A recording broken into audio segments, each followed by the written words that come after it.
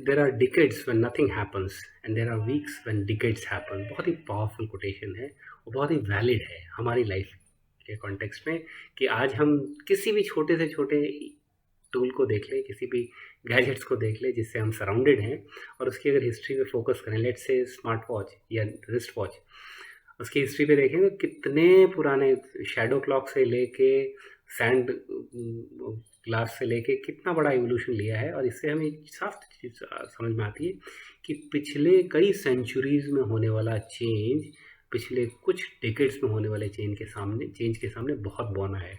और ये स्पीड एक एग्जाम्पल में नहीं, ऐसे हज़ारों एग्जाम्पल्स हैं जिससे हमें स्पीड साफ दिखती है।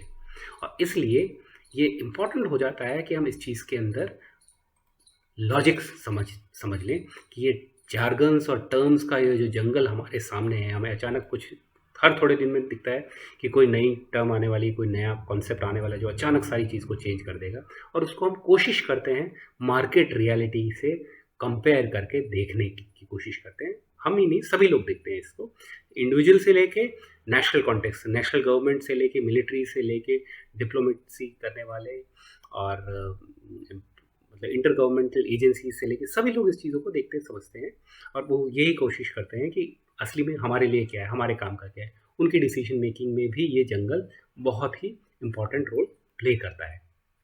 और आगे वीडियो के एंड में उसके एविडेंसेस भी मैं शेयर करूंगा। तो अभी के लिए अगर हम ये समझें कि इस हिस्ट्री में एक अजम्पशन लेते हैं कि पिछली कुछ सेंचुरीज़ का जो नॉलेज था, हमारा टेक्नोलॉजिकल नॉलेज, टेक्नोलॉजी जिस लेवल की थी पिछले कुछ सेंचुरीज़ में, हम उनकी बात नहीं करें जिनके पास हमारे पास एविडेंसेस नहीं है, कंक्लूजन नहीं है। पिछली कुछ सेंचुरीज़ में जहाँ पे हम ये माने कि हाँ, यहाँ पे फिजिकल नॉलेज इतना था, बायोलॉजिकल, केमिकल और इन डिसिप्लिन्स का नॉलेज हमारे पास इतना था, और इतना इतना हम लीनियर तरीके से हम सोचते थे।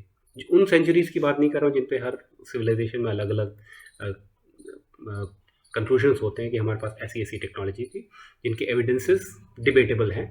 हम अभी ये मान रहे हैं कि जो जो एविडेंसेस कंक्लूजन है कि पिछले 400, 500, 700 साल में हमारे पास इस लेवल की टेक्नोलॉजी थी, और अभी हम ये माने सपोज कि हमारे पास बहुत एडवांसमेंट हो गया है, और उस एडवांसमेंट्स में अभी artificial intelligence, machine learning, blockchains और ये टेक्नोलॉजीज़ और आने वाले, अभी तो छोटे मशरूम्स के फॉर्म में है, आगे ये अपने आप में बहुत बड़ा जंगल, बहुत बड़ी मार्केट रियलिटी लाने का पोटेंशियल रखते हैं, और इसलिए हमें बहुत बड़े स्पीड से चेंज आने वाला है। ठीक है, एक अजम्पशन है, लेकिन इस अजम्पशन को समझने के लिए कन्फ्यूजन हटाएं और कोई फ्रेमवर्क होना चाहिए जिससे हम उस फ्रेमवर्क से इसको थोड़ा लॉजिकली समझ पाएँ। उसके लिए हमें इस रियलिटी को कॉम्प्रिहेंड करने के लिए एक एक छोटा सा एक रिकैप समझें कि भाई ये कॉम्प्लेक्सिटी अक्सर हम टूल्स, गैजेट्स और आने वाले प्रोडक्ट्स के फॉर्म में देखते हैं कि ऐसा ऐसा हो सकता है, ऐसी ऐसी पॉसिबिलिटीज़ है।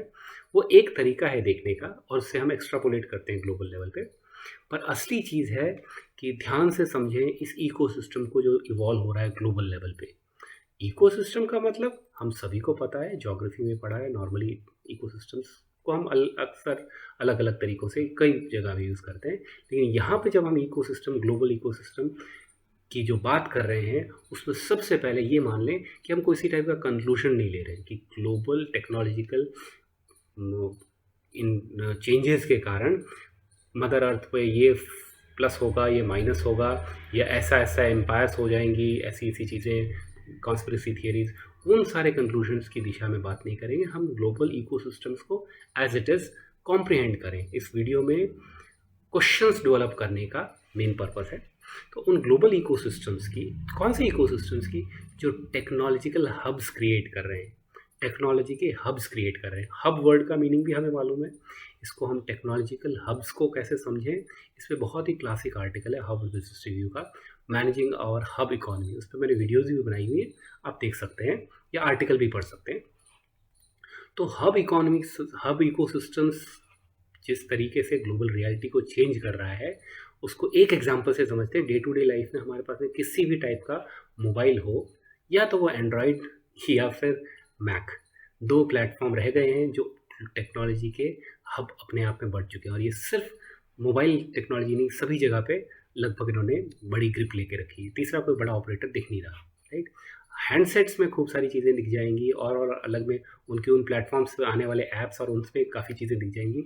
लेकिन ओवरऑल दो हब बन चुके हैं जिनको हम डे टू डे लाइफ में रिलेट कर पाते हैं। ऐसे खूब सारे टेक्नोलॉजिकल हब हैं जो ग्लोबल इकोसिस्टम्स को आज डिसाइड कर रहे हैं और उनके कंटूर्स डिफाइन कर रहे हैं, और ये एक बहुत बड़ी इमर्जिंग रियलिटी है। और मेरा मानना है, और एविडेंसेस हैं इसके, कि these global ecosystems of technological hubs ये एक यूनिक चीज़ तैयार कर रहे हैं। और वो यूनिक चीज़ क्या है? पहला पार्ट, कि ये सिर्फ कॉम्प्लेक्स और लार्ज स्केल की प्रॉब्लम्स का सिंपल सॉल्यूशंस या सिंपल सॉल्यूशन का वैल्यू जनरेट करने की प्रोपेंसिटी नहीं रखते, उनकी पॉसिबिलिटी नहीं रखते। कि कॉम्प्लेक्स और लार्ज स्केल प्रॉब्लम्स के सिंपल सॉल्यूशंस और वैल्यू जनरेट करना तो इनके लिए एक चीज़ है, वो एक चीज़ है ही, वो डेफिनेटली है।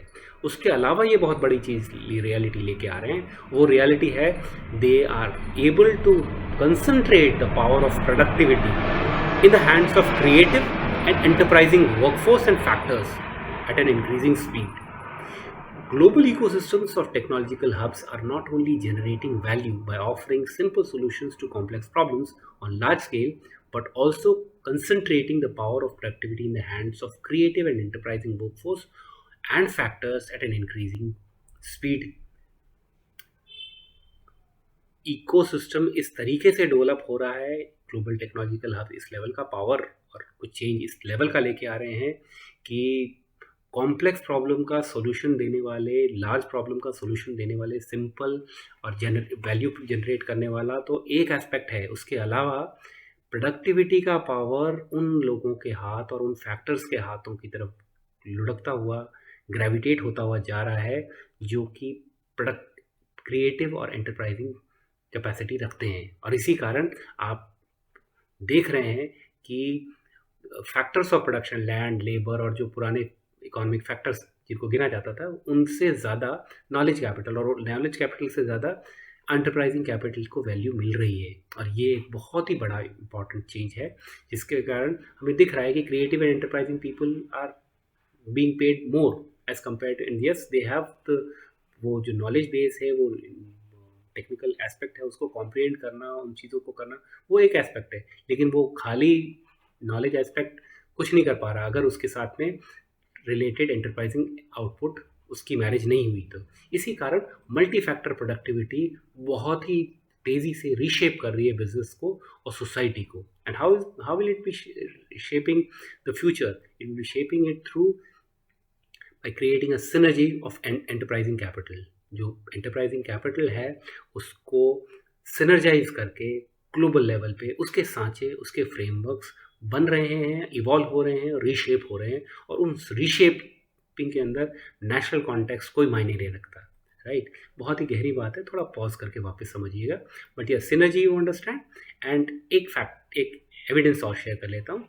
OECD नाम से, organization of economic cooperation and development, एक ऑर्गेनाइजेशन है, वर्ल्ड लेवल की ऑर्गेनाइजेशन है, जिसमें 30+ कंट्रीज इसके मेंबर्स हैं।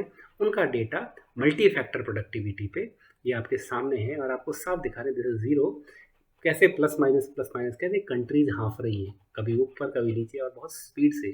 ये एक फैक्टर है, ये एविडेंस है, ये दिखा रहा है कि कैसे फैक्टर्स ऑफ प्रोडक्टिविटी एक बहुत ही बड़े टर्बुलेंट फेज से दिखते हुए सामने दिख रही है।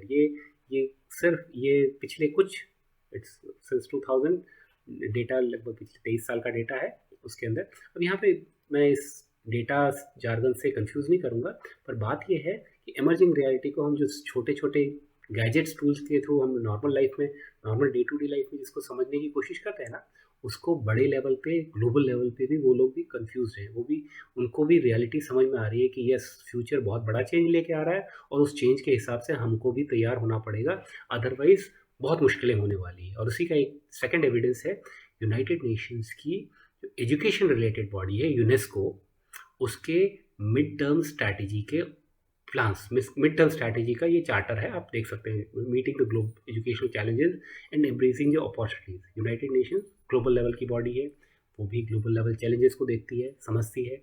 सिक्योरिटी काउंसिल उसकी एक यूनिक और इम्पॉर्टेंट बॉडी है, बहुत ही इंटीग्रल पार्ट है। ओवरऑल उनके सस्टेनेबल डेवलपमेंट गोल होते हैं। उन SDG से डिराइव अपनी अपनी स्ट्रैटेजी निकालती है अलग अलग बॉडीज। यूनेस्को ने भी अपनी स्ट्रैटेजी निकाली मिड टर्म की 2022 से 2029 की, और उसके अंदर उसने जो अपने ऑब्जेक्टिव्स जो हाईलाइट किए हैं, स्ट्रेटेजिक ऑब्जेक्टिव्स, अपने इनेबलिंग ऑब्जेक्टिव्स और उनके आउटकम एक बार पढ़ के देखेंगे, मैंने पढ़े तो समझ में आ जाता है कि क्यों एजुकेशन रिलेटेड चैलेंजेस और अपॉर्चुनिटीज़ को एम्ब्रेस करने के लिए रीशिफ्ट करने की बहुत क्रूशियल ज़रूरत है। आप नहीं करेंगे, कोई और करेगा, कोई और करेगा, किसी और तरीके से करेगा। कैसे ग्लोबल लेवल पे ये जो अभी पीछे OECD का डेटा हाँफ रहा था ना कि कैसा इकोनॉमीज हाँफ रही हैं बड़े लेवल बड़ी कंट्रीज, राइट, वैसे ही ग्लोबल लेवल पे आप पुराने फ्रेमवर्क से आप नहीं कर सकते। आज के टाइम में, पिछले थोड़े टाइम में जो रीसेंट बड़े फ्रिक्शन और बड़े चेंजेस जो हमें आज दिख रहे हैं, जो पीस के पीसेस होते हुए दिख रहे हैं हर जगह पे, इसके एविडेंस कोई बड़ी बात नहीं है।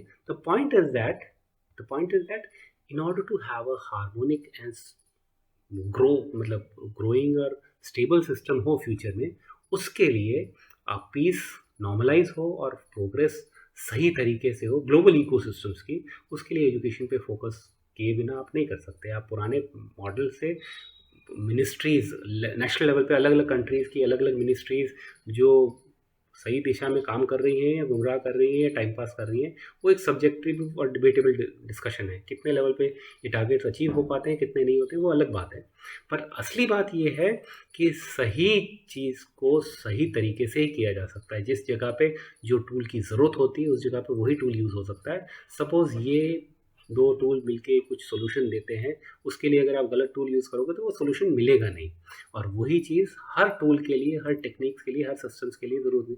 जहाँ पे जिस चीज़ की ज़रूरत है वहाँ पे वही टूल एम्प्लॉय करेंगे। तो ये जो रीसेंट इमर्जिंग चेंज आ रहा है, जिसके कारण एक यूनिक लेवल के एफर्ट्स चाहिए, रेस्पेक्टिव डायरेक्शन में चाहिए, रेस्पेक्टिव तरीके से चाहिए, जिससे कि आपकी मैन पावर उस हिसाब से ट्रेन हो जाए कि आपके फ्यूचर को मीट करे और फ्यूचर में प्रोडक्टिविटी लाए। उसके लिए उन चैलेंजेस को मीट करने के लिए एजुकेशन रिलेटेड जो फ्यूचर, जो टेक्नोलॉजी जो जिस लेवल की अपॉर्चुनिटीज़ दे पा रहा है, फ्यूचर बहुत प्रॉमिसिंग है, फ्यूचर बहुत अपॉर्चुनिटीज़ दे रहा है। लेकिन असली बात है कि आप तैयार कैसे करेंगे, और उस तैयारी करने के लिए आपको अपने इंडॉक्ट्रिनेटेड थॉट्स, इंडॉक्ट्रिनेटेड अजम्पशंस को हटाना पड़ेगा। It's crucial to filter out indoctrination at multiple level so that transition is possible. कौन सा ट्रांजिशन और क्यों वो हेल्दी हो, क्योंकि हेल्दी अनहेल्दी तो अनहेल्दी फैक्टर्स तो दिख रहे हैं, war and many other things are going on, conspiracies और कहानी हज़ारों टाइप की है।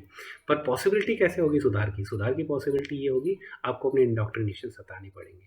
और कैसे हटाएंगे और कैसे फ्यूचर को स्टेबल करेंगे, कम से कम फ्रिक्शन। टेक्नोलॉजी तो जो जो चेंज आ रहा है वो तो आएगा, और वो पुरानी चीज़ों को फेस आउट करेगा। किन किन की चीज़ों को फेस आउट करेगा? एक तो पहला रिडंडेंट असम्पशंस को, उन धारणाओं को जो गलत फहमियों पे बेस्ड है, and inter related support structures, और वो सपोर्ट स्ट्रक्चर जो उन धारणाओं को सपोर्ट करते जा रहे थे काफ़ी सालों से, काफ़ी डिकेड से। और इस कारण ये प्रोडक्टिविटी एनहांसमेंट के जो फैक्टर्स थे उनको हिंडर कर रहे थे। किसके कारण हिंडर कर रहे थे, किस कारण डिस्टर्ब कर रहे थे? डॉगमाड और डॉक्ट्रीन्स ऑफ इनर्शिया। हज़ारों सालों से, कई सालों से, कई डिकेड से जो इनर्शिया, डॉक्ट्रीन, डॉगमाज और अजम्पशंस के अंदर पड़ा हुआ था, वो हटेगा। उनको फिल्टर आउट करने का और विजडम को पर्कुलेट करने का, ताकि इवोल्यूशन की जो जर्नी है मैनकाइंड की, वो आगे बढ़ती रहे, उसके लिए बहुत ज़रूरी है। और उसी में एक रीसेंट डेवलपमेंट हमें अपने रिसेंटली देखा है ओपन एआई का, जो कि इंडस्ट्रीज़ को रीशेप करने की एबिलिटी देती है, सोशो इकोनॉमिक डिस्ट्रप्शंस के थ्रू एफिशिएंसी मैनिफेस्ट कराने का पोटेंशियल रखती है, और हमारे कोर अजम्पशंस को मल्टीपल सेक्टर्स में जो अभी तक हम नॉर्मल समझते जा रहे थे उनको रीशिफ्ट करके रीशेप करने की भी कैपेसिटी रखती है। इसीलिए इस चीज़ को थोड़ा सा समझने के लिए मैंने ये वीडियो बनाई थी। I hope you enjoyed.